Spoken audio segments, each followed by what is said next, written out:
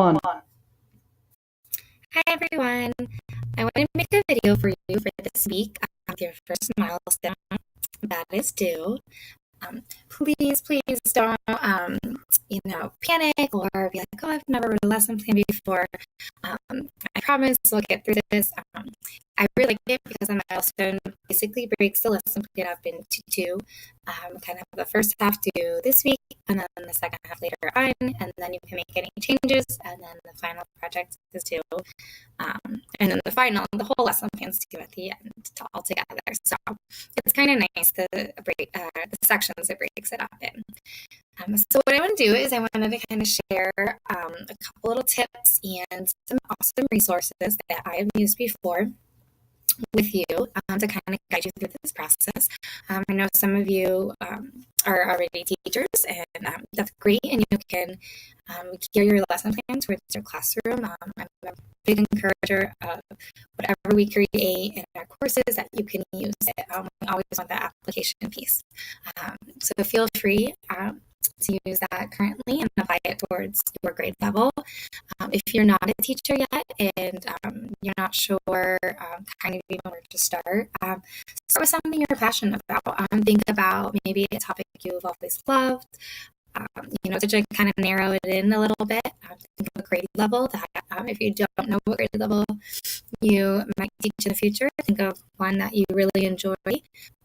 And kind of just go from there. So just slowly build these little things. I would first kind of start with a grade level and then a topic and then build from there. And I'm going to show you a great site here in just a second that'll help you find a tool to use.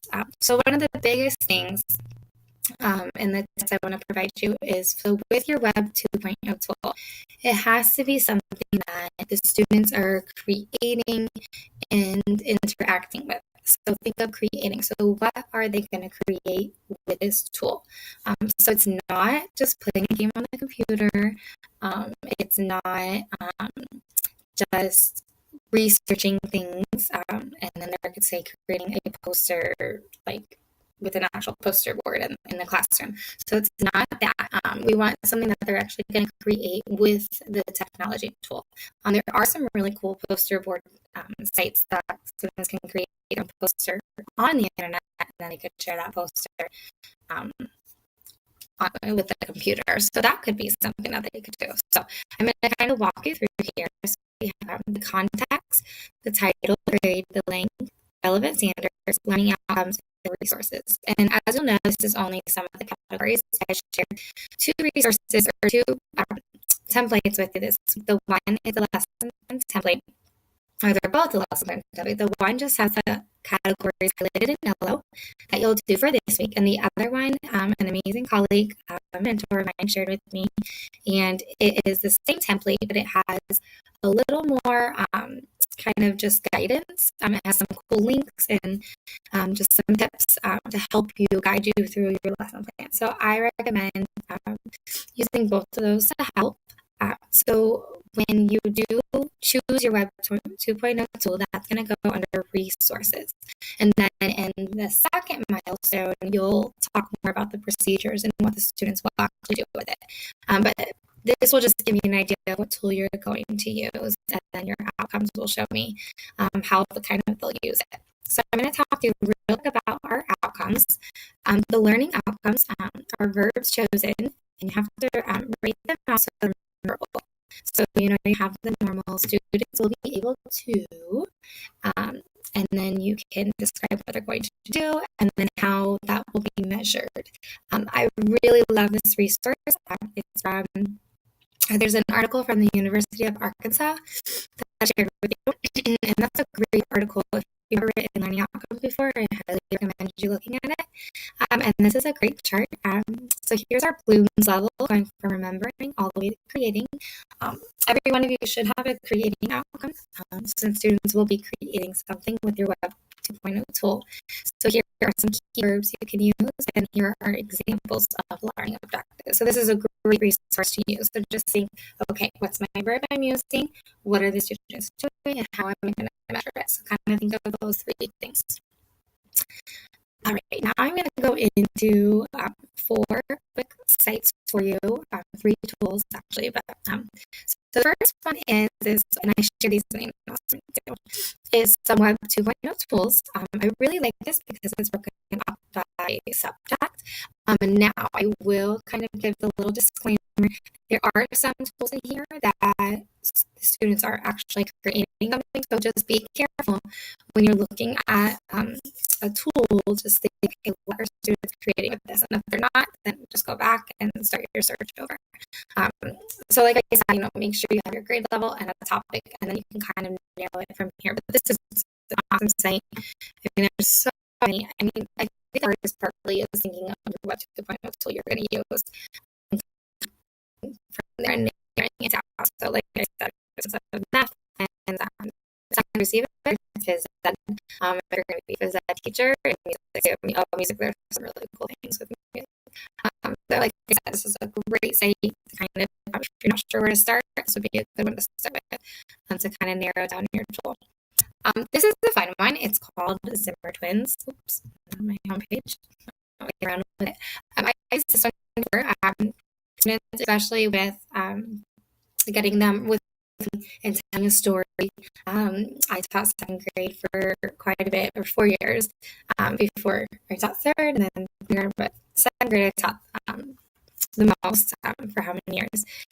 And students sometimes would really struggle with telling stories, and this was a great site to help them to really kind of get their stories out, especially having a beginning, middle, and end. That was always a struggle for some of my second graders. So this is neat. They can make a movie. You could do it with a little group project. And there's movies. I like this because there's movies that it's an unlimited, they can look at and then get ideas. Now this one, I believe there is a pricing. There's plenty of them. I think there's a little free one you can do, but you can only use so many slides. So this is kind of a fun one to think about. And then the next one, I've used this one before. This is a timeline. It's Read, Write, Think. And students, I know with history especially, create that timeline. So it's a timeline that they'll create. And I don't have a Flash player on my laptop right now. But what we do is you just get that started. I don't think mine will work, but because I don't have it. Let's see. No, I don't have it to be on here. But anyway, so what they would do is you would decide what kind of timeline, whether it's history or anything like that. There's ideas down here. You could do a biography timeline. That's actually a great activity with writing, especially in, like, I would say, second, third grade. And then they can create their own timeline to go with the writing, and they can present that. So that's an idea for there. You can also use it with history. The last resource is Movie Maker. Now this site more just gives you ideas to use with Movie Maker.